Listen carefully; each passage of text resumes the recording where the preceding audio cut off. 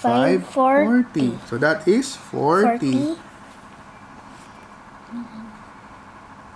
So what time is it? It's 12:40. It's almost time to sleep. Okay, next. Oh, where is the shorthand pointing at? It's like it's pointing over there. Write it. Write it.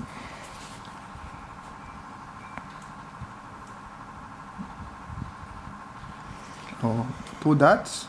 Don't forget to do that. And the next step, the long hand, where is it pointing? The same. So what time is that? It's o'clock. That's o'clock. So you put 2 zeros. O'clock is, put 2 zeros. Okay. 0 and 0. Yeah, that is 12 o'clock. That's how you read. Okay? It's 12 o'clock. What's next? I'm not going to talk, ha? You do it by yourself. Go.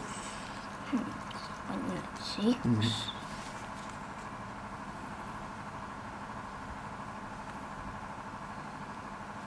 The next. 5, 10, 15.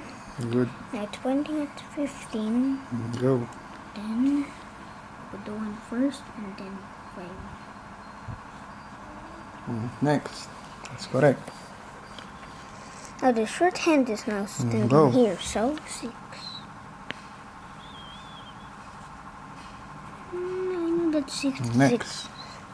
And now that big one is pointing at the same thing. Oh. I think it's paint Yeah. going there. I'm gonna put the 0. But is it o'clock? Is this o'clock or this one is o'clock? Which one is o'clock? Yeah, that one's the o'clock. So count.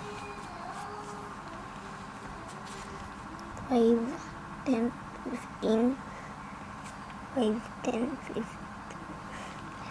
5, 10, 15, 20, 25, 30. You see, it's not o'clock, it's 30.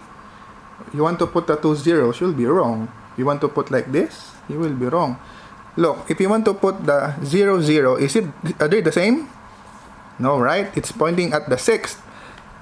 But this one is pointing at 12. So they're not the same. See? You almost got it wrong, huh? Remember that. So, very good. You got perfect score. Later, you tell mommy about it, okay? So what did you learn? So I just learned the clock. So I don't get wrong. But I almost got the wrong. So that's why it's the small is putting there and that's putting So there. you need more. More what? Practice. Yeah, tomorrow you also do that again. Okay, we can do that again. So mommy will get mad. Good. She will be happy. Stop it! Stop it! Oh.